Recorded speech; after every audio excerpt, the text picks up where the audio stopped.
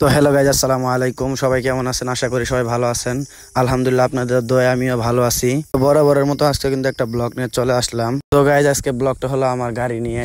প্রায় অনেকদিন যাবত আমার গাড়িটা ঘরে পড়ে রয়েছে, তাই মনে হলো আমার গাড়িটা একটু রিপেয়ার করা দরকার। তাই চটপট করে আমি চলে যাচ্ছি রিপেয়ার করার জন্য। গাইজ, আমার গাড়িটা কিন্তু দেখতে অনেক সুন্দর দেখা যায়, কারণ আমার গাড়িটা আমি শখ করে কিনেছিলাম অনেকদিন আগে। প্রায় 28,000 টাকা দিয়ে কিনেছিলাম গাড়িটা কিনেছিলাম আমার খালাতো ভাইয়ের কাছে। তো গাড়িটা আমার দেখে পছন্দ হয়ে গেছিল, তাই তার কাছে নিয়েছিলাম। তো প্রায় অনেকদিন যাবত গাড়িটা পরে রয়েছে, প্রায় 1 বছর যাবত আমার ঘরে পরে রয়েছিল। আমি আরেকটা গাড়ি কিনেছিলাম, তার জন্য সেই গাড়িটা চালাইছি। এই গাড়িটার কথা আমার আসলে মনেই ছিল না, হঠাৎ আজকে চোখ পড়ে গেল সেই গাড়িটার উপর, কারণ এই গাড়িটা অনেকদিন যাবত পরে রয়েছে ঘরের ভিতর পরে থাকাতে আজকে আমার মনে হলো যে গাড়িটা রিপেয়ার করা দরকার। না হলে গাড়িটা বেশি দিন পরে থাকলে আমার গাড়িটা একেবারে নষ্ট হয়ে যাবে। তাই আমার বন্ধুকে ডেকে নিয়ে আমি চলে যাচ্ছি গ্যারেজের দিকে। প্রায় বাড়ি থেকে আমাদের গ্যারেজ প্রায় 1 কিলো দূরে, কিছুক্ষণ আছে তাহলে আমরা গ্যারেজে চলে যাব।